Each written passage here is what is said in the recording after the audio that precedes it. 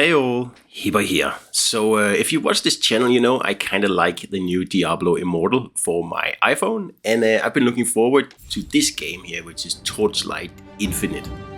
And I must say, I am a little bit disappointed, unfortunately. Like, the game definitely has potential, but I'm just gonna go through a few things here that I think are a little bit unfinished. I mean, yeah, I realize it's not like a full release yet, and we're still, waiting for the actual release.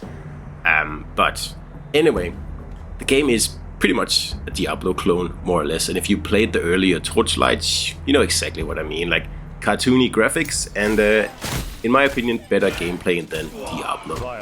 But of course, like, the core of the game is the same.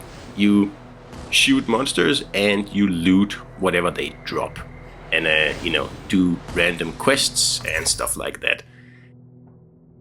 The Torchlight series has always been a little bit less self-important than Diablo, and it comes through in the graphics, which are, very nice, but also a bit cartoony, and I like that, kind of Borderlands-ish.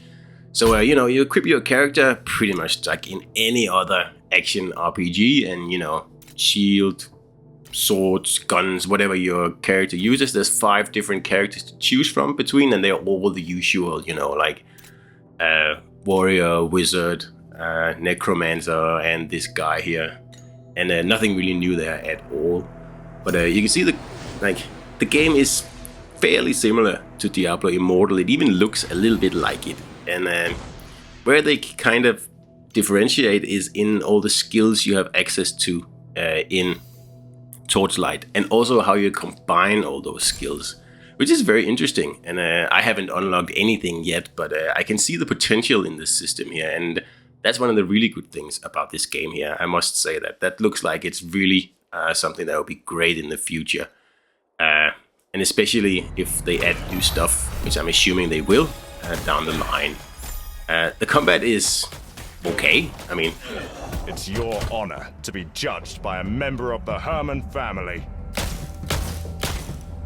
And like I said earlier, it's a loot and shoot game. I mean, you kill enemies, you pick up their stuff. Some of it's good, some of it's not good.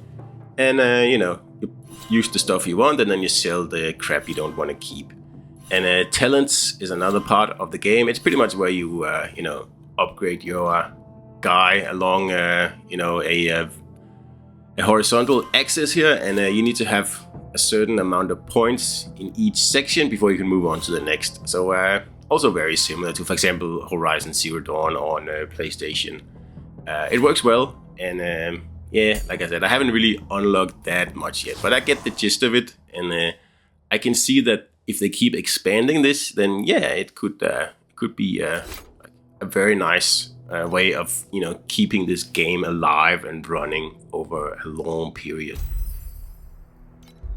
Leveling your character, of course, is paramount, and so is leveling your skills, as I'm doing here at the moment. So what's so bad about this game? Well, it's not really bad, but one thing about it is that there's no multiplayer, which is really weird if you ask me, especially because you have all these outfit options here that you can put on your character, but no one's gonna see it except for you. So really, what is the point? Now, I guess it could change down the road when the full release is available, and I hope it does, because otherwise Diablo is gonna walk all over this game here forever. Second thing I don't like, and this is a huge thing, there is no support for external controllers. That's also a really weird decision, and day one, when Diablo Immortal came out, it had external controller support, and it does a really good job at having that, actually. To me, these two things here are really disappointing, and it's probably gonna stop me playing the game until at least a full version is out somewhere that might actually rectify this, because compared to Diablo, this is just not good enough, really. And it doesn't really matter that the graphics are actually quite awesome if you look at this. Like, this runs on iPhone 14 Pro Max, and there's no hiccups or frame drops whatsoever. It's a smooth experience, and that's one thing they really pulled off well. Even Diablo Immortal, like, it gets hiccups once in a while, and it overheats a little bit sometimes, but I haven't experienced that in Torchlight Infinite yet. So that's Infinite for you guys, and yeah, it's a free download, and it's available, and yeah, you can play it, but right now Diablo Immortal is still the better pick. So hope you enjoyed this, and I'll see you out there.